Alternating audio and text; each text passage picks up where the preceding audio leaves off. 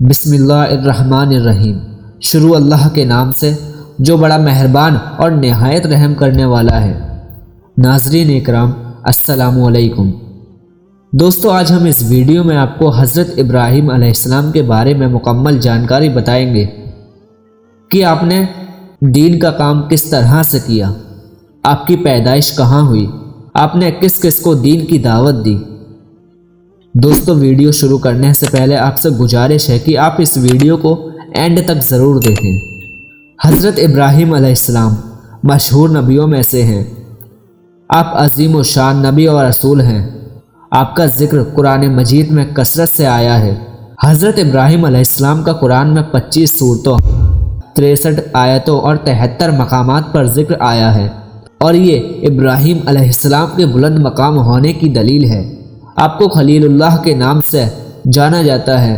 خلیل اللہ کا مطلب اللہ کا دوست۔ حضرت ابراہیم علیہ السلام کے والد کا نام آزر تھا۔ آپ علیہ السلام سام بن نوح علیہ السلام کی اولاد سے ہیں۔ آپ کی پیدائش عراق کے مشہور شہر بابل میں ہوئی۔ وہاں بت پرستی عام ہو چکی تھی، اور وہاں کا حکمراں بھی کافر تھا جس کا نام نمرود تھا۔ ابراہیم علیہ السلام نے اپنی قوم کو بتوں کی پوجا کرتے دیکھا تو ان کو ایک اللہ کی طرف دعوت دی، اور دعوت کی ابتدا انہوں نے اپنے باپ سے کی۔ اے نبی، کتاب میں ابراہیم کا ذکر کر، بے شک وہ سچا نبی تھا۔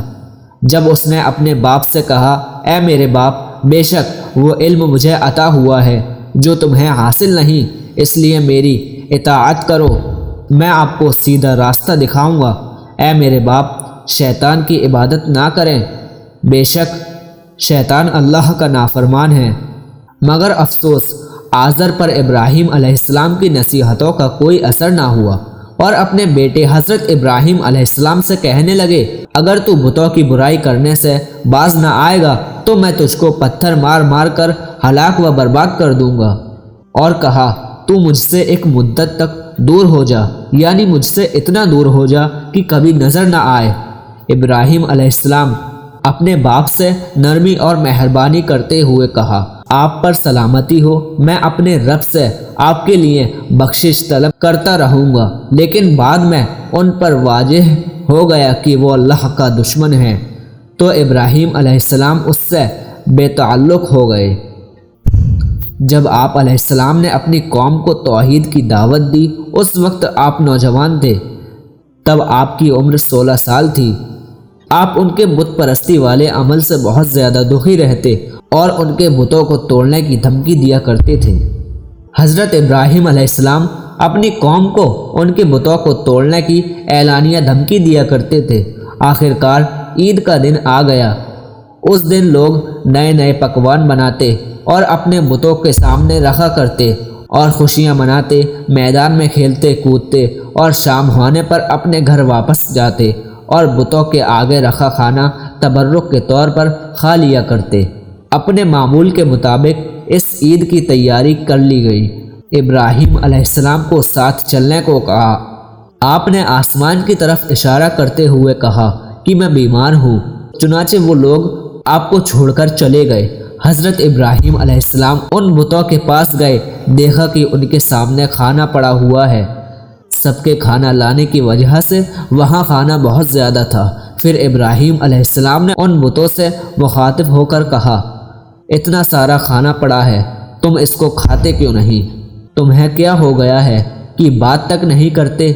پھر ایک کلہاڑی سے ان بتوں کو توڑ کر بڑے بت کو چھوڑ دیا، تاکہ سب یہ سمجھے کہ بڑے بت نے ہی چھوٹے بتوں کو توڑا ہے۔ جب مشرکین واپس آئے تو اپنے بتوں کو دیکھا کہ سب ٹوٹے ہوئے پڑے ہیں۔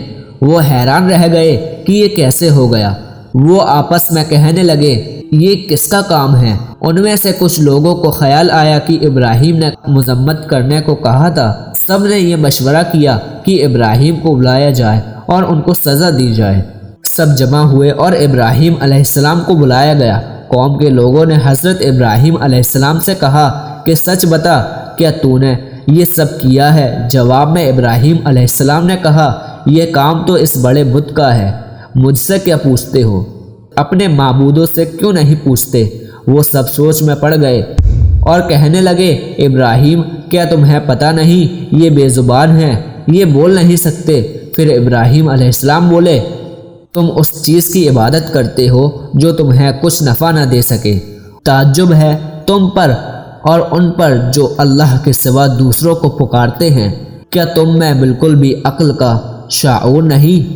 اس سب کے باوجود بھی وہ کفر پر ڈٹے رہے، اتنی واضح دلیل کے باوجود بھی وہ کفر پر قائم رہے اور حضرت ابراہیم علیہ السلام کو آگ میں ڈالنے کا ارادہ کیا۔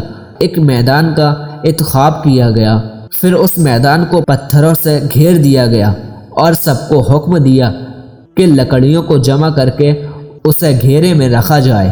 پھر لکڑیاں جمع کی گئیں، لکڑیاں اتنی جمع ہو گئیں کہ زمین نظر نہ آتی تھی۔ پھر ان لکڑیوں کو آگ لگا دی گئی۔ جب آگ کے شعلے آسمان سے باتیں کرنے لگے تو حضرت ابراہیم علیہ السلام کو آگ میں ڈالنے کے لیے ایک جھولا تیار کیا اور اس میں ابراہیم علیہ السلام کو رکھا۔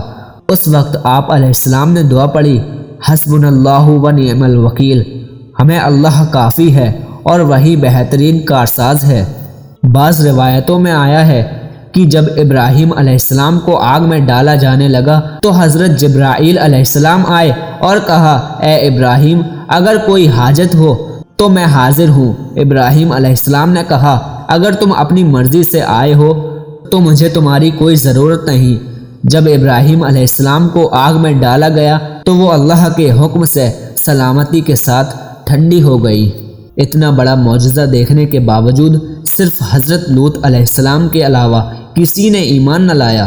آگ کا واقعہ جب نمرود بادشاہ کو معلوم ہوا تو اس نے حضرت ابراہیم علیہ السلام کو اپنے دربار میں بلایا اور اللہ تعالیٰ کے بارے میں پوچھا تو ابراہیم علیہ السلام نے کہا میرا رب وہ ہے جو زندہ کرتا ہے اور مارتا ہے۔ جواب میں اس نے کہا میں بھی زندہ کرتا ہوں اور مارتا ہوں۔ چنانچہ اس نے حکم دیا کہ جیل سے 2 آدمیوں کو لایا جائے اور دونوں کو سزائے موت کا فرمان تھا۔ نمرود نے ان میں سے ایک کو موت کا حکم دیا اور ایک کو رہا کر دیا۔ اس سے اس نے یہ ثابت کرنا چاہا کہ وہ زندہ کر سکتا ہے اور مار سکتا ہے۔ اس پر حضرت ابراہیم علیہ السلام نے فرمایا بے شک میرا رب سورج مشرق سے لاتا ہے، اگر تو سچا ہے تو اس کو مغرب سے لے آ۔ اس پر کافر بادشاہ حیران رہ گیا اور اس کا سر جھک گیا۔ اس کافر بادشاہ نے حضرت ابراہیم علیہ السلام کو شہر چھوڑ جانے کو کہا۔ اس دوران آپ شہر بابل سے ہجرت کر کے ملک شام کے حران نامی بستی میں پہنچے اور آپ نے اپنے چچا کی بیٹی حضرت سارہ علیہ السلام سے شادی کی۔ حضرت ابراہیم علیہ السلام نے کل 175 سال کی عمر میں ہی وفات پائی اور حضرت سارہ علیہ السلام نے 127 سال کی عمر میں وفات پائی۔